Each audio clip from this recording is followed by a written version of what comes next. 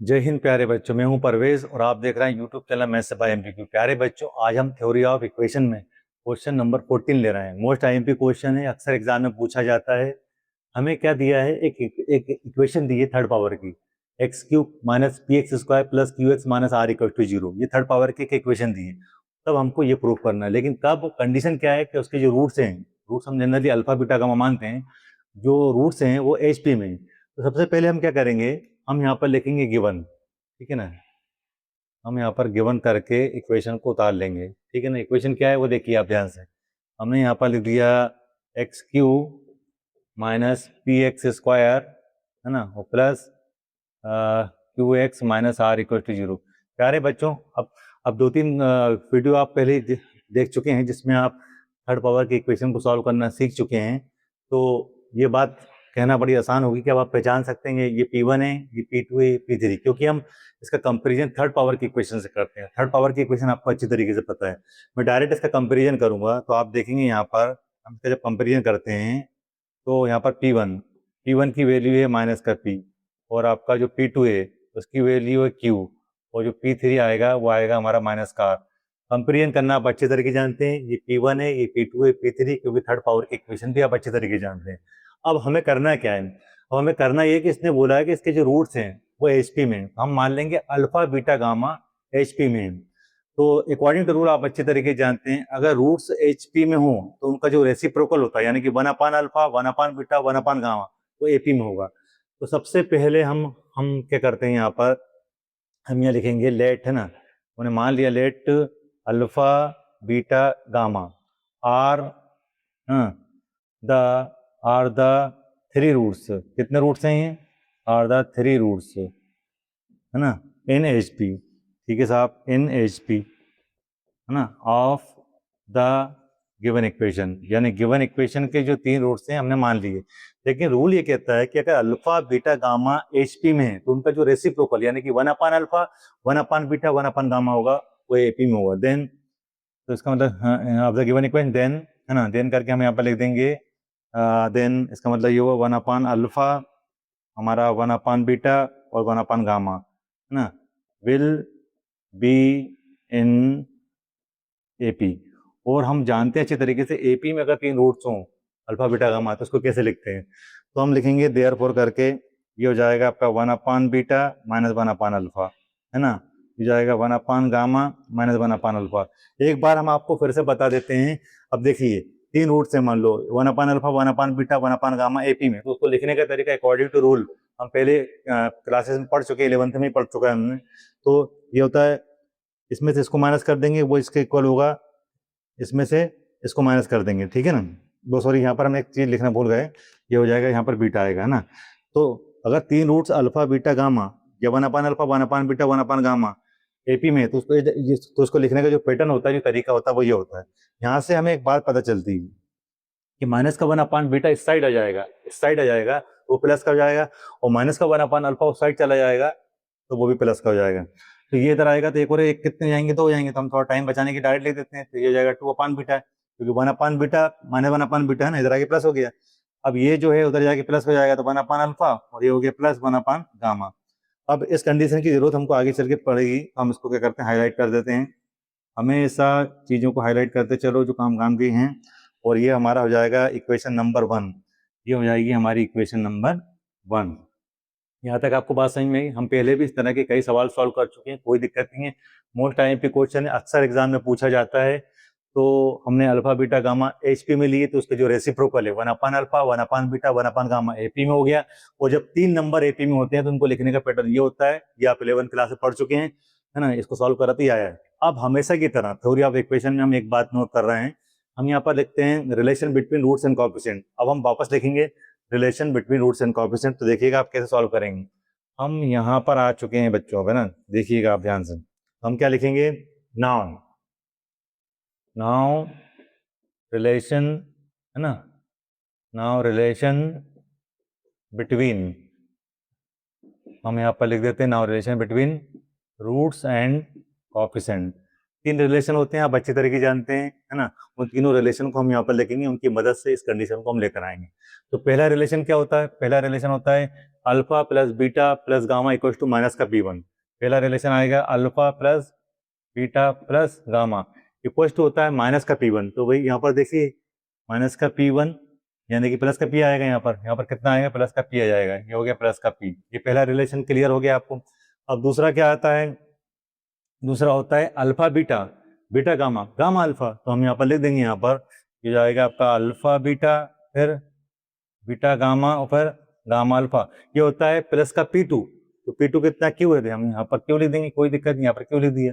और तीसरा जो रिलेशन होता है वो होता है alpha beta gamma equal to minus का P3। यहाँ पर हो जाएगा अल्फा बीटा गामा माइनस का P3 मतलब प्लस का R हो जाएगा। ये रिलेशन हमने बहुत बढ़िया तरीके से लिख दिया है।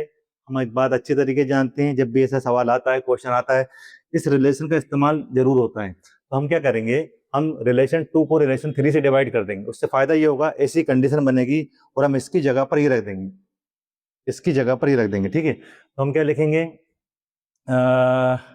फ्रॉम, है ना, हम रिलेशन 2 को रिलेशन 3 से डिवाइड कर रहे हैं।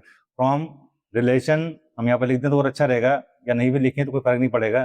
From relation 2 upon 3। अब क्या हो रहा है बच्चों, देखो ध्यान से, हम रिलेशन 2 को रिलेशन 3 से डिवाइड कर रहे हैं। तो LHS में डिवाइड होगा, RHS में डिवाइड होगा। तो क्या हो जाएगा, ये हो जाएगा alpha beta plus beta gamma plus gamma alpha के नीचे कितना आ जाएगा, अल्फा बीटा गामा जाएगा। इसको हमने इससे डिवाइड कर दिया।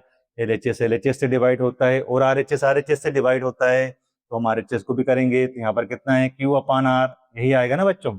अब आप अच्छी तरीके से एक बात जानते हैं, ये तीनों के नीचे आएगा तो वो बचेगा नीचे जो नहीं है। यहाँ पर क्या बचेगा, गामा, यहाँ क्या बचेगा, अल्फा, यहाँ क्या बचेगा, बीटा, 1 अपान करके। तो आप देखिएगा ध्यान से, हमने ये इम्प्लाई लगा दिया। यहाँ पर क्या नहीं है, गामा, तो यहाँ कितना हो जाएगा, 1 अपान गामा, क्योंकि कैंसिल हो जाएगा ना। प्लस यहाँ क्या बचेगा, अल्फा, तो यहाँ जाएगा आपका 1 अपान अल्फा। और यहाँ क्या बचेगा, बीटा, तो ये हो जाएगा 1 अपान बीटा। और इक्वल में कितने चल रहा है, Q अपान R। प्यारे बच्चों देखो ध्यान से, इसको देखो, ये बन गया। हम क्या करेंगे, 1 अपान अल्फा और 1 अपान गामा की जगह 2 अपान बीटा रख देंगे। तो अब हम क्या करने वाले हैं, 1 अपान गामा प्लस 1 अपान अल्फा की वैल्यू यहाँ पर रख देते हैं। तो क्या हो जाएगा, यहाँ पर यहाँ हो जाएगा आपका, ये हो जाएगा 2 अपान बीटा प्लस, और ये 1 अपान बीटा पहले से चल ही रहा है, और इक्वल में है, इक्वल में क्या चल रहा है, Q अपान R। अब अच्छी तरीके से समझते हैं कि इन दोनों का एलसीएम बीटा आ रहा है। तो 2 + 1 कितना जाएगा, 3। हम यहाँ पर बहुत आसानी से लिख सकते हैं 3 upon beta equal to Q upon R। अब हमें यहाँ से बीटा की वैल्यू निकालना चाहिए, है ना। तो हम क्या करेंगे, R का इधर इंटू कर देंगे, Q बीटा का उधर इंटू कर देंगे। यहाँ हो जाएगा आपका 3R इक्वल टू, ये जाएगा Q इंटू बीटा। यहाँ से बीटा की वैल्यू निकाल सकते हैं हम आसानी से। हमने क्रॉस मल्टीप्लाई करा, उसके साथ इसका इंटू करा, उसके ऊपर हम यहाँ से बीटा की वैल्यू आसानी से निकाल सकते हैं। तो यहाँ पर आएगा देयरफॉर करके बीटा की वैल्यू आएगी आपकी 3R अपान Q। ये जो वैल्यू आई है ये इंपॉर्टेंट है, इसलिए हम इसको हाईलाइट कर देते हैं, यहाँ पर हाईलाइट कर दिया हमने। अब आप अच्छे तरीके से जानते हैं बीटा जो है समीकरण का मूल है, इसलिए इस समीकरण को सेटिस्फाई करेगा, ये वाली समीकरण को। यानी जहाँ पर 1 से वहाँ पर बीटा रख सकते हैं, और बीटा की जगह हम 3R अपान Q रख सकते हैं। हम यहाँ पर लिखेंगे, since beta is roots of the given equation so it is satisfy the given equation. यहाँ पर लिखना है सारी चीजें आपको, थोड़ा ऐसा ही नहीं कि वैसे बोलना है ना, बड़े सिस्टमेटिक हर चीज को लिखना है। सिस्टमेटिक ढंग से काम करने का एक अलग ही फायदा मिलता है कॉपी पे, है ना, एग्जाम में। तो यहाँ लिखेंगे सिंस, सिंस लिख देते हैं यहाँ पर, सिंस, है ना, beta is a root, beta is a root of the given equation. कौन सी इक्वेशन का रूट है भाई, ये गिवन इक्वेशन, है ना, गिवन इक्वेशन। उसके बाद से आप इतना भी लिख देंगे देयरफॉर, इसका मतलब ये है कि वो उसको सेटिस्फाई करेगा। जहां पर इक्वेशन में आप x लिख रहे हैं वहां बीटा रखा जाएगा। तो यहाँ पर देखिए आप, ये हो जाएगा बीटा क्यू, यहाँ देखिए आप, beta Q minus P beta square plus Q beta और माइनस R इक्वल टू 0। प्यारे बच्चों अब वो वक्त आ गया है कि हम जो बीटा की एक्चुअल में वैल्यू है वो रख दें अपन। तो उसको थोड़ा और आगे बढ़ा लेते हैं। ये बीटा की वैल्यू कितनी है, ये है 3R अपान Q, ना, अपान Q, Q की पावर 3 माइनस P।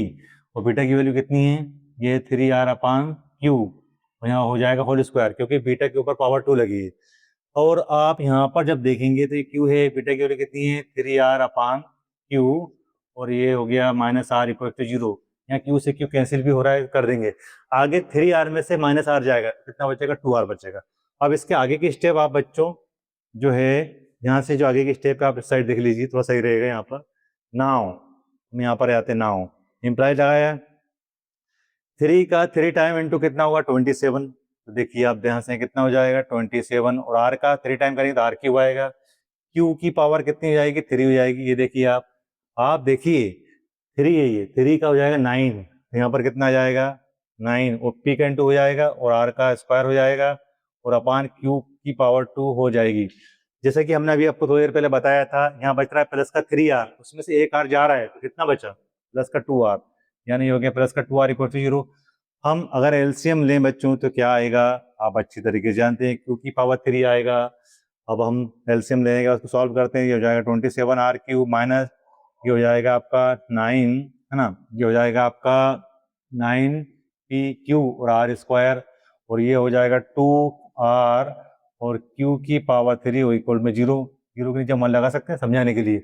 1 का इंटू इधर हो जाएगा, क्यू की पावर 3 का इंटू इधर हो जाएगा, है ना। तो क्या होगा अब आप देखना, ये हो जाएगा 27r की पावर 3 माइनस यहाँ पर हो जाएगा 9p Q R square plus 2r Q की पावर 3 इक्वल टू 0। प्यारे बच्चों आप देख रहे होंगे ध्यान से, पूरी इक्वेशन को अगर हम r से डिवाइड कर दें, है ना, तो जो हमको प्रूव करना था वो आ गया है। हम यहाँ पर लिख सकते हैं या करके डायरेक्ट पूरी इक्वेशन को r से डिवाइड कर दी, तो r से डिवाइड करेंगे, यहाँ r कैंसिल हो जाएगा, यहाँ एक r कम हो जाएगा, यहाँ पर एक r कम हो जाएगा, तो कितना जाएगा 27r जो हमें लाना था वो आ गया, minus 27r square minus 9p Q और एक r यहाँ बच जाएगा, ये हो गया 2, r यहाँ से कैंसिल हो गया तो क्यू की पावर कितना बचा 3 और इक्वल में कितना है 0।